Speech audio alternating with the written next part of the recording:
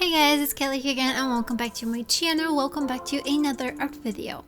Today I have a character based on the color scheme. I found a few color palettes or color schemes on Pinterest and I found them very inspirational, and I had this idea of basing whole characters or designing characters based on the colors. Initially I did that for the first drawing that you saw just a second ago. I'm gonna put it on the screen because you basically saw nothing just a second ago, but I had these very vibrant colors. I had this army green and this terracotta orangey red and gray, and I had this idea of having a very pale redhead with kind of baggy and more masculine clothes, so she's kind of a fighter. And also I got this bubblegum pink, and I thought that it was perfect for a bubblegum in her mouth. So that's what I came up with as a character design based on these colors. I wanted to do that again, and I picked this color scheme, which has two variations of blue, a light gray and a brown, and I'm gonna put the picture on the screen that the color scheme was taken from, the color palette, so you can see what I'm talking about. And I just matched up the colors from my Copic collection, whatever seemed similar to what was in the color palette. And at first I wanted to design the character much like I did with the tomboy girl in the beginning, but somewhere along the lines it just turned into a drawing using these colors, which I'm not mad at. I do really like how this turned out, and I think it's really cute, and I love the colors together because of course I didn't pick them, somebody picked them for me, somebody who knew what they were doing.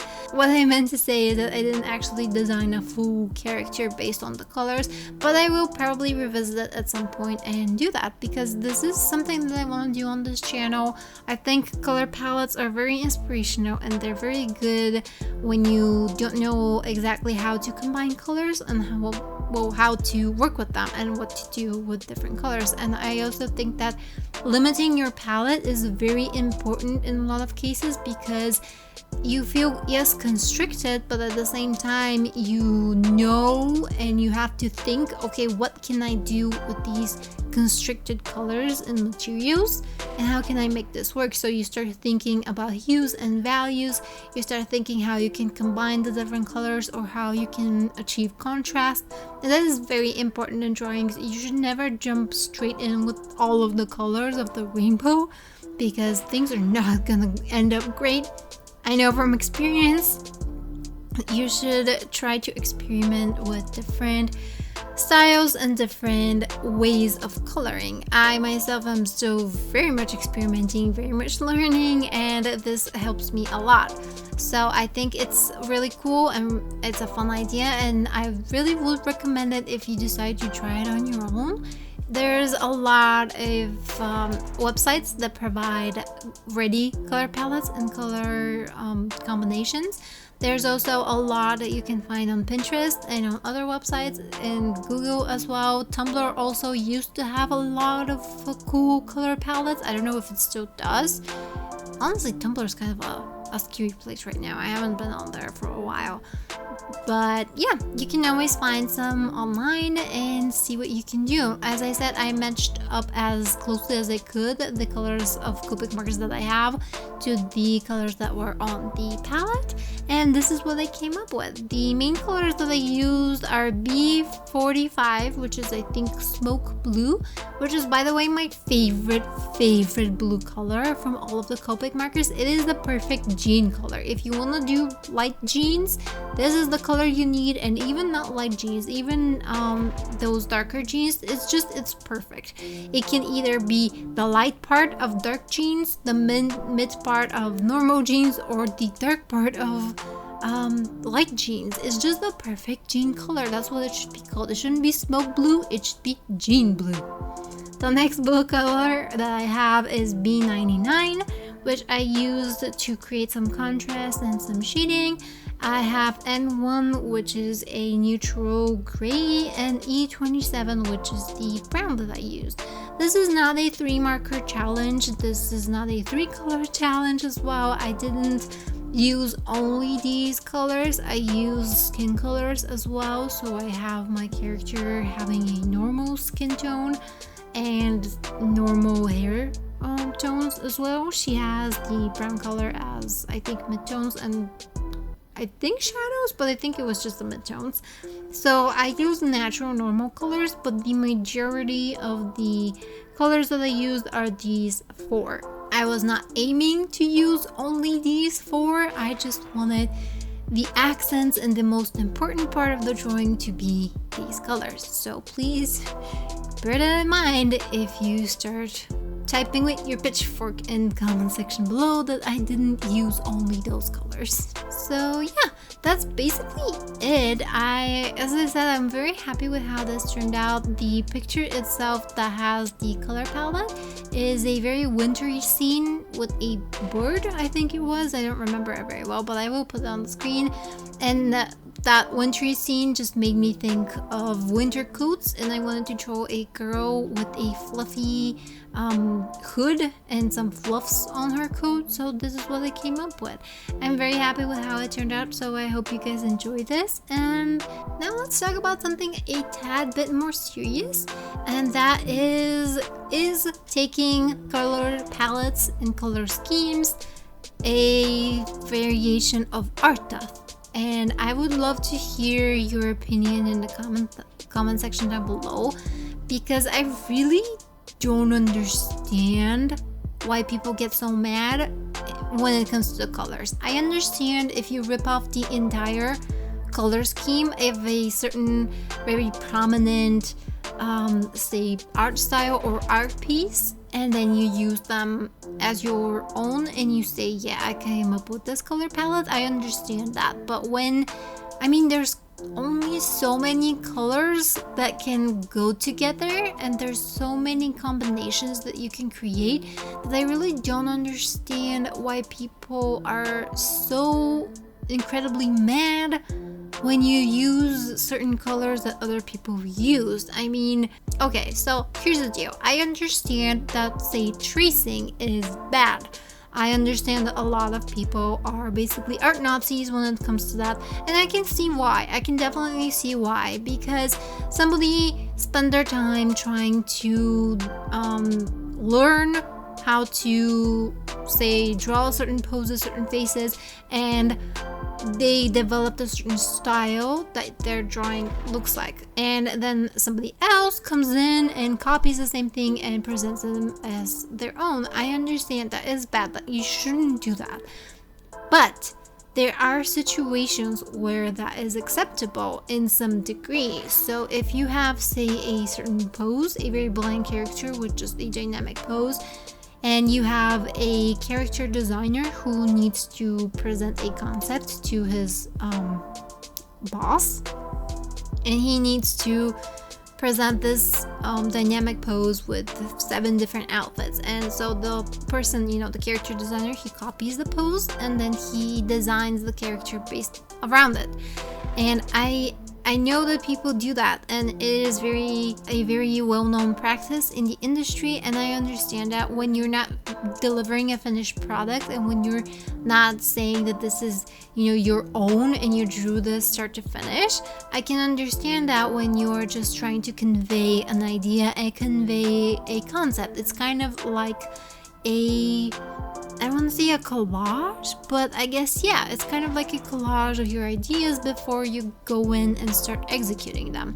So I can understand when people get mad about other people who copy different artists and present the finished drawing as their own. That's definitely not okay.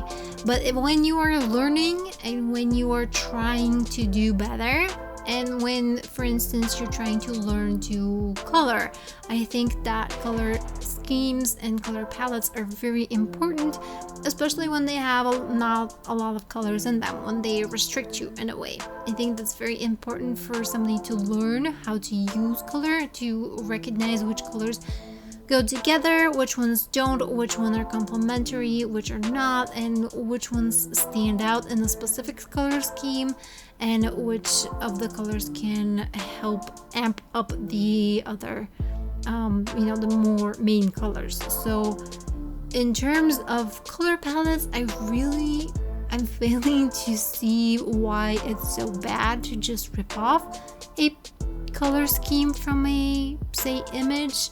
And probably a lot of people in the comments are gonna be like, oh, you ripped off this picture and you shouldn't be using these colors. But if you think about it, every single color has been used by somebody somewhere at some point in time, and I cannot come up with new colors. That's impossible. And also, yes, some people have an eye for these things and they can actually create palettes on their own. They know which colors go together, which don't, and they create these palettes that are not always for public use. But at the same time, if you go, say, in a museum and you look at some Van Gogh pieces and you love the way that he uses certain colors, and then you go home and you recreate a completely different drawing. Say he drew a vase with some flowers, and then you go home and draw a girl in a field of tulips, for instance, and it's just using similar colors, but it's not copying him, it's not tracing him, it's not stealing his work, it's not stealing his color scheme. I don't understand what's wrong with that. I really don't. And I do see why some things are not okay, and I understand why they're not okay, and I do agree that they're not okay. But in terms of colors, I'm not so sure, because a lot of us have trouble using colors, me myself included. I struggle a lot figuring out what works and what doesn't, and sort of experimentations that I'm doing today and right now really help me see which colors go together, because I have studied color theory. I know it, but I don't practice enough so that my brain would know it without me thinking about it. But at the same time, when I sit down and I see all of these colors in front of me, I don't know what to do. I don't know which ones to use. In theory, I know which ones go together and which ones don't, but when I spread them all out, I can't figure it out. I can't figure anything out. And I'm pretty sure I'm not the only one who struggles with that. You just have so many options that you don't know where to start. So having something to guide you is very important until you start to see it on your own. For instance, when you were starting to learn to walk when you were a baby, people would help you. They would pick you up, they would show you one foot in front of the other in front of the first one, and they will show you and guide you and help you. And I feel like these color palettes, or say pose references, they're just like that. They're helping mechanisms, and they're trying to help you to learn how to walk on your own, because at one point or another, we all stand up and start walking on our own. And that's the same with art and using colors. You use references, you use help, and then at some point you already know, it's in your head. Your brain has imprinted it in your head, and it will remember forever, or for a long time at least, that you can do, that you used to do this and you can do it again, and it starts even adding new information and structuring everything and just working on its own and walking on its own. And it's the same with using, say, references to sketch and learning autonomy, or anything for that matter. And using, for instance, somebody else's art and trying to trace it, that does help you in some degree, but as we say in Bulgaria, that is a bear's favor. I don't know what the equivalent of this in English is, but we have this saying that it's a bear's favor. You're doing a favor to a bear. What that means is that you're basically not doing anybody any favors, and you're only doing yourself even harm, because if you're not looking at it and trying to recreate it on your own, you're not pushing yourself hard enough. Your brain does not figure out where the shapes go, what the shapes are, how they interact with each other. So just looking and copying, using references, that's important. But tracing it doesn't do much for you. It is good for when you're trying to get the basic shape of something and then add so much on top of it that you don't even recognize where you started. So I think that's okay. But when it comes to colors, I think it's absolutely okay to just take different colors and figure out which ones work, which ones don't, how they work, how they don't, and having your visual knowledge in your head and figuring everything out and letting your brain piece all the pieces together at a later point in your life. Okay, so that is basically it for this video. I would love to hear your opinions in the comment section down below. This is what I came up with. I added a thick black border all around the character. I thought it made her stand out and I really like it. I will list the colors that I used down below, and I will show you a finished picture in a second. So thank you guys so much for watching. Comment, like, and subscribe if you like what you see and would like to see more. And I'll see you in the next one. Bye!